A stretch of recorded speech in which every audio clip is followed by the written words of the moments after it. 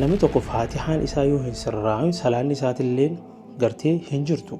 Akkasuma galtee bismillaahir rahmaanir rahiim malee rahmaanir rahiim miti. Akkasuma loosaa gartee akkuma fi barate sanii yoo kana waaqaroo taate ruqyaan sirrii hin taatu.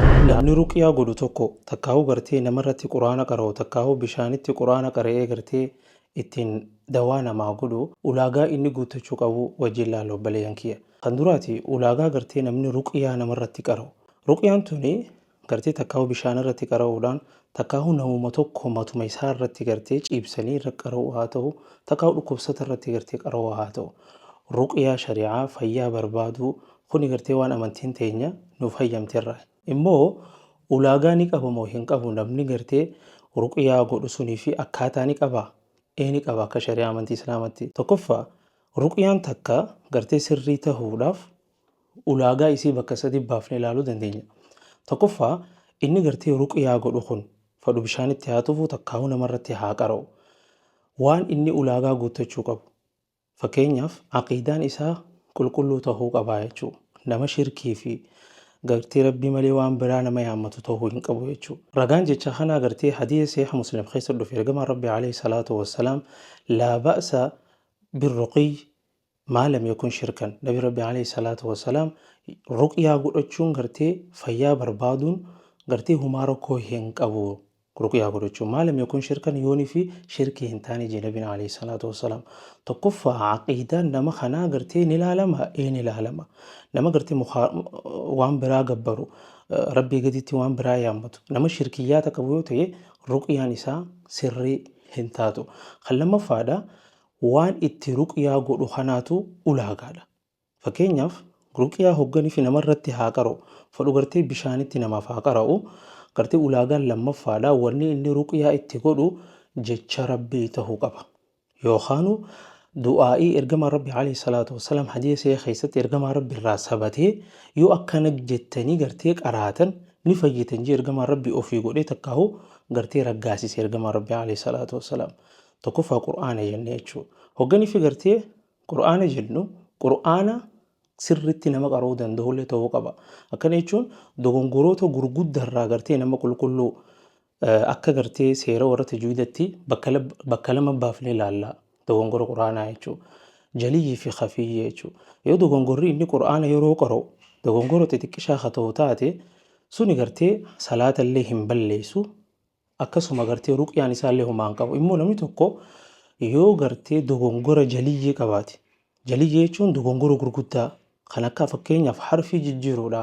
Harfii bakka silaa haadhaan qara'amu haadhaan yoo qare bakka aliif hin qara'amu yoo ayin hin qare bakka ayin hin qara'amu yoo aliif hin qare yoo harfii wal jijjiiru taate namni tokko faatihaan isaa yoo hin sirraa'in salaanni isaatillee gartee hin jirtu.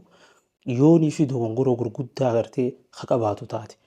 Akkasuma namni ruqyaa namaaf qara'u kuni takkaawu bishaanitti tufu takkaawu namarra qara'u kuni dogongora gartee faatihaa yeroo namaa qara'u waan namaa qara'u san jecha Rabbi subhaanahu wa ta'ala dogongora gurguddarraa gartee nama qulqullaa'e ta'uu qaba. Akka jechuun nama sirri qara'uu danda'u jechuudha. Sirritti nama qara'uu danda'u. Fakkeenyaaf namni tokko bismillaahir rahmaanir rahiim yoo jee rahmaanir rahiim alhamduu yoo jee hin ta'u jechuudha. Ruqyaan sirriin taatu. Maaliif jennaan alhamduun ma'anaa biraa qaba. Alhamdu malee. Akkasuma galtee bismillaahir rahmaanir rahiim malee rahmaanir rahiim miti. Akkasuma loosaa gartee akkuma fi barate sanii yoo kana waaqaroo taate ruqyaan sirrii hin taatu. Ulaagaan lammaffaa wanni inni itti godhu suni ruqyaa jecha rabbii ta'uu qaba. Takkaawu hadiisa har'aa gartee waan dhufe waan sabate akka gartee Allahumma shfi anta shaafi لا شفاء إلا شفاؤك شفاء لا يغادر سقما ولا ألما اللهم رب الناس أذهب البأس اشف أنت شافي لا شفاء إلا شفاؤك شفاء لا يغادر سقما ولا ألما حديث قرتي دعائي أدى قرتي ذكري لي أدى خير قما ربي نبرسيسا خيو خنبوت النف هيتا ننجير قما ربي إسيسا فيدمو كتسريت إيقا قرآناتي يجو خان سدفع في خان لما يروني في رقيا سنقولو wantoota haraamirraa fagaachuu qaba namni ruqyaa godhu kun. Fakkeenyaaf yeroo ruqyaa namaa qara'u nama dhukkubsate tokko irratti hogganii fi sheekha tokko takkaa darasaa tokko fidanii irra naa qaree ja'an namni suni nama gartee shamaraa yoo haa ta'u taate kophatti banatti baafachuun ikhtilaata jedhama akka amantii akka shari'aa teenyatti dhorkaadha fakkeenyaaf. Wantoota dhorkaa kamiyyuurraa fagaachuu qaba. Fakkeenyaaf bishaan itti kannattee tahliila naatuuf yoo jettuun taate akkuma siin jedhu ulaagaan isaa amma dubbanne kana tokkoffaa inni aqidaa isaa sirrii ta'uu qaba. Lammaffaa immoo nama gartee qura'aanaaf hadiisaan ruqyaa namaa godhu ta'uu danda'uu qaba. Tahliila illee maan ta'an. Hogga ruqyaa san qara'uu nama harfii sirriitti nuxqee harfiidhaa sirrii dogongora gurguddarraa qulqulluu ta'ee harfii sirrii baasuu danda'u ta'uu qaba jechuudha. Kan sadaffaa yeroonii fi godhu san wantoota gartee biraa ka haraamirraa fagaachuu qaba.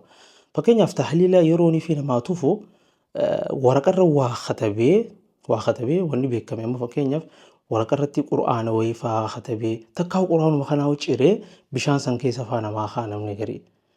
Wantoota akkanaa tokkorraa fagaachuu dhalaadhaan kophatti achi baafachuu nama kana dhalaa kophaa baafatanii irra qara'u wantoota haraamirraa illee fagaachuun gabaabdumatti walitti gizeen gabaabsu ulaagaa sadan kana taha hongartee jecha kiyyosoon ta'anii jecha gartee ulamaa'ii teenyaati.